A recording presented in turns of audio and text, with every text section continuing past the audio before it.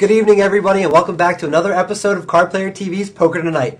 Las Vegas is bustling with poker activity. There's tons of tournament action going on. We've gone out and gathered it all for you here on Poker Tonight. Now, most of the hubbub right now in City is centered around the Rio, and for good reason. The 38th Annual World Series of Poker is in full swing, and 2 more tournaments started today. This means that the event area is full to capacity, and they are currently unable to run satellite sit-and-goes because there's just not enough tables and dealers. That's terrible, Lizzie. They can't run satellites? How are you going to get in any events? I don't know. I guess I won't be playing in the World Series this year. I guess not, considering your bankroll is next to nothing. But anyway. It's a little bit bigger than yours, Rich. That's true, because I have 0 bankroll.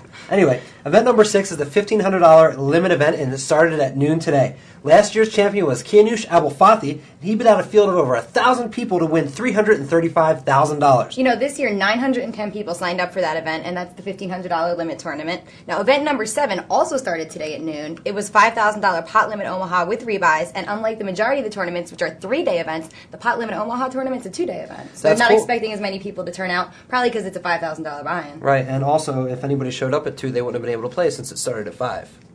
Did it? Yeah. Oh, I wasn't aware of that. That's all right, Lizzie. I got your back. Don't you worry about it. But this event is really cool. $5,000 buy-in, pot limit Omaha event with rebuys. This is going to be a favorite of a lot of pros. There's a ton of pros that play in the $10,000 one with rebuys. Yeah. So this one's going to be stacked, I'm sure. I can't wait to see some of the tables that formed with this one. So as we told you earlier, the event number 3 was the $1,500 no limit. It was the biggest field ever. Well, now it's down to the final table. It's playing out right now, and Alex Jacob, who went into today as the chip leader, is a really big chip leader right now at the final table. Yes, he's a big chip reader, and he's also a big chip leader. Alex Jacob knows how to work his big stack really well. You see him time and time again at these final tables. He knows what he's doing. He's extremely aggressive, and he's got to be the odds-on favorite to take this final table down, I'd say. Yeah, so back to event number 1. The winner was Steve Bilirakis from Chicago, youngest bracelet winner ever. He's, 21 years and 11 days. He was born in 1986. That's just crazy. It's insane. It's crazy how every single year the youngest bracelet winner record gets broken. Okay. I mean, 3 years in a row now, and last year Jeff Madsen broke it, twice by winning 2 bracelets.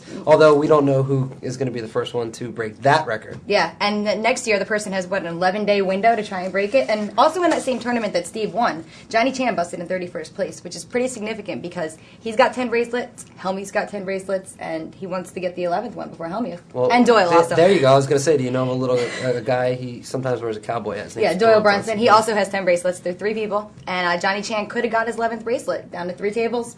No more Johnny Chan. That's all right. You know they're all going to be gunning for that 11th bracelet. Everyone wants to make history, and that's the biggest record to be had and broken at the World Series of Poker. So It's always going to be exciting to follow the World Series to see what happens there.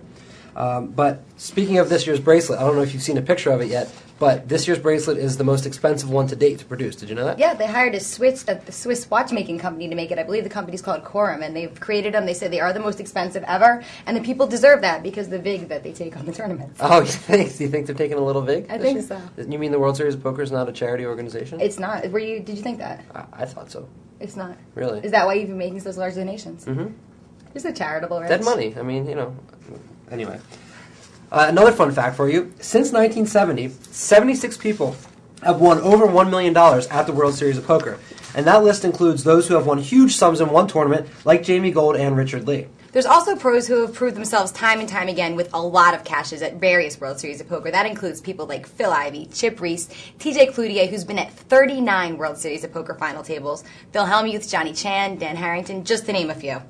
There are some pros who have almost $1 million in World Series of Poker tournament earnings, and they could burst that bubble this year. And those people include Hans Tuna Lund with $994,000, Billy Baxter with $992,000, and Barry Greenstein with $930,000. All those guys would like to break into the World Series of Poker Millionaires Club for sure. Earlier today, our very own Lizzie Harrison had a chance to catch up with last year's World Series of Poker main event champion, Jamie Gold. Jamie Gold took down the largest tournament poker first prize ever at $12 million. He is back in Vegas, and he is ready for more. Jamie, what's it like being back here in Vegas for the World Series?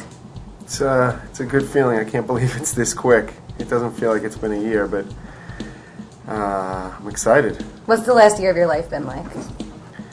I think we've gone over that a few times. But, it's been crazy. It's been crazy. It's been great.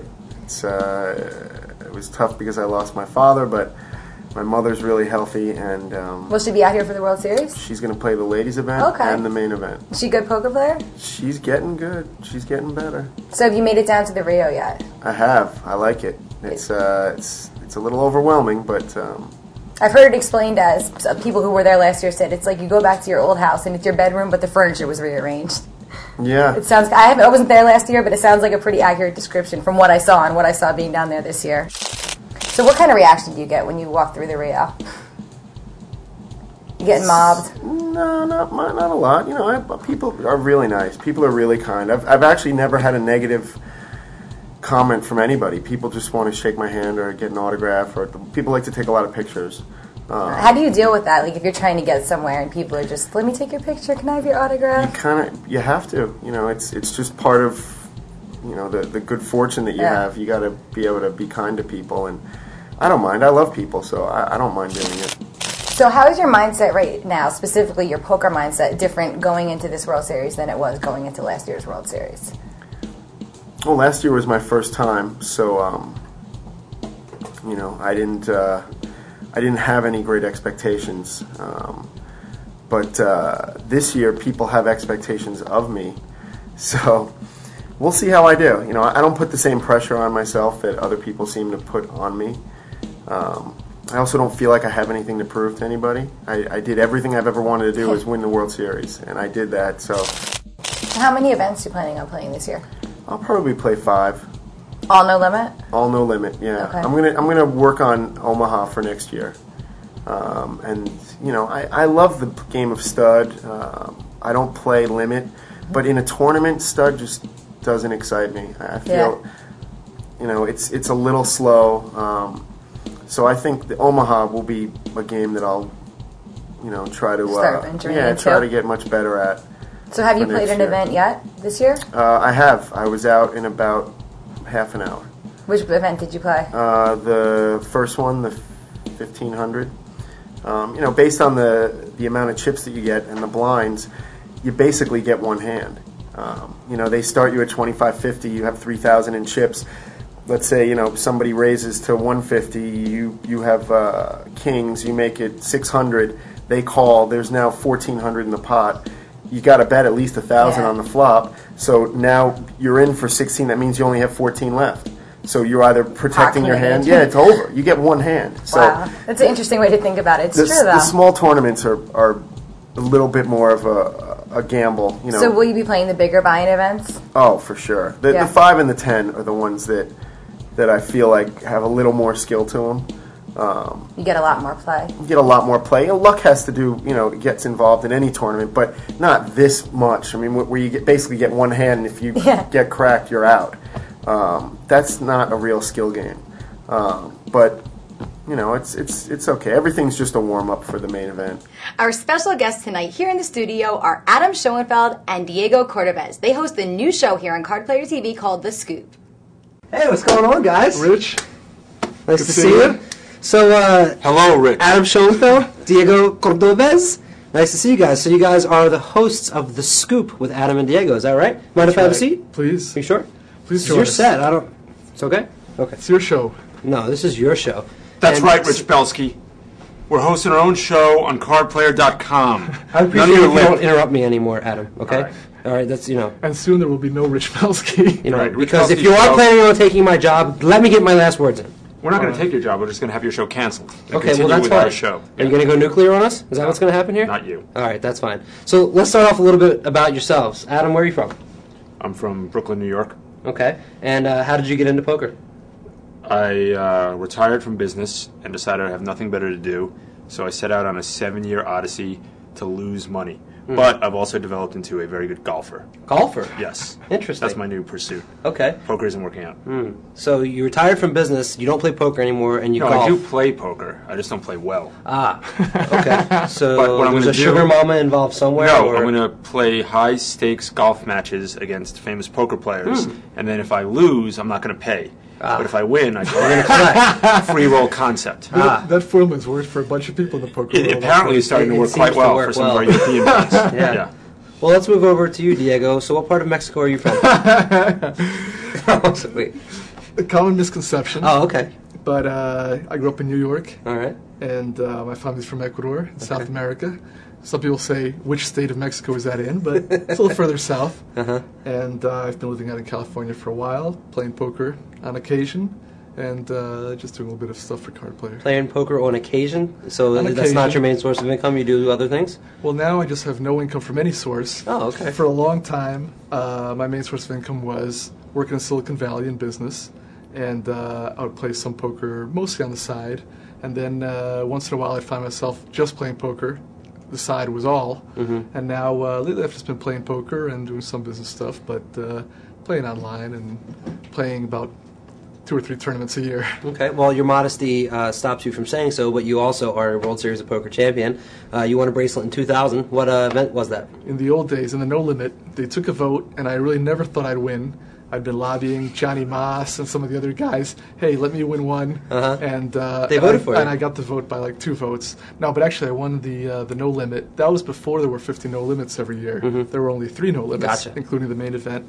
And believe it or not, my final table had Devil Fish, Phil Ivey, David Pham, I had Toto, and So it was back in the day when you knew each other's names. Yeah, we did, and we were kind of up and comers, and I won the bracelet that day. That's And I great. thought this will be easy to win some more bracelets, and since then it's just second place every year, pretty much. Was it easy to distinguish the 6s from the 9s that year?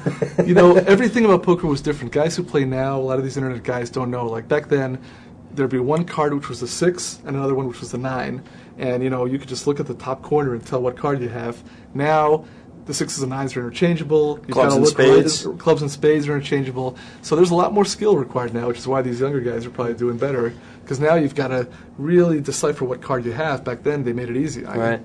Well, we discussed your accomplishment, winning a bracelet, but we got to go to Adam for a second. Now, Adam, you've received way more publicity. You know, you're always on the ESPN Nuts segments and things like that, but you don't quite have the accomplishments to speak of. Can you explain that a little That's bit? not true, Rich, and I appreciate you taking a different tone with me.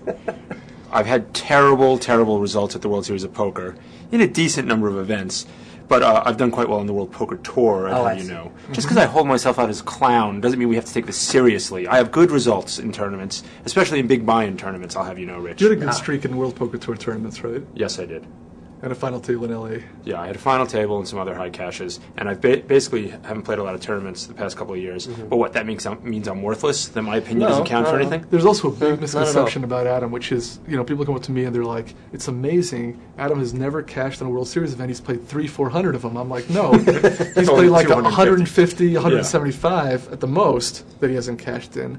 And he's made a dinner break 2 years ago. So Congratulations, there's Adam. a big misunderstanding about, you know, the actual exact record. And ESPN contributed to this because they did this whole feature implying like that he played 50 events a year. He's played 30 events a year. So a very different, you know, you can ask Bill Chen or these math guys, that's a lot different mathematically, Right. you know. I'm not your clown, Rich. Well, hey, I just wanted to point out that, you know, it doesn't take poker results to be a star, and poker results don't necessarily make you a star. So, you know, that's all I wanted to point out here. And now we have these two guys hosting our show. While we go right into That's some conundrum. that is quite a conundrum. Tell us a little bit about what people can expect to see on The Scoop.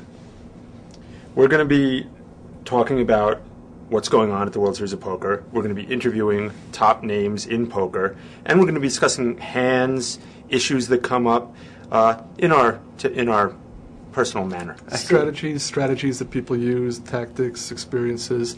I mean, it's going to be very conversational. It's not like a hardcore Q&A. It's going to be Adam, you know, guests and myself. And, you know, but the idea is to really, you know, get these guys to relax and open up and talk partly about their opinions about things that are going on in poker, important things and controversies, and also talk about how they approach tournaments or hands and give us the insight into what they were thinking when they, you know, did certain things in tournaments or certain hands. So it should be a good mix. It just depends on what guys want to talk about. Some guys are more open about certain things than others. But, Right. you know, we know these guys personally for the most part, and we're pretty relaxed with them. So it Cooking should be pretty segment, fun. maybe? You know, Cooking segment. We're going to have a whole kitchen set, Yeah. and we also have a band.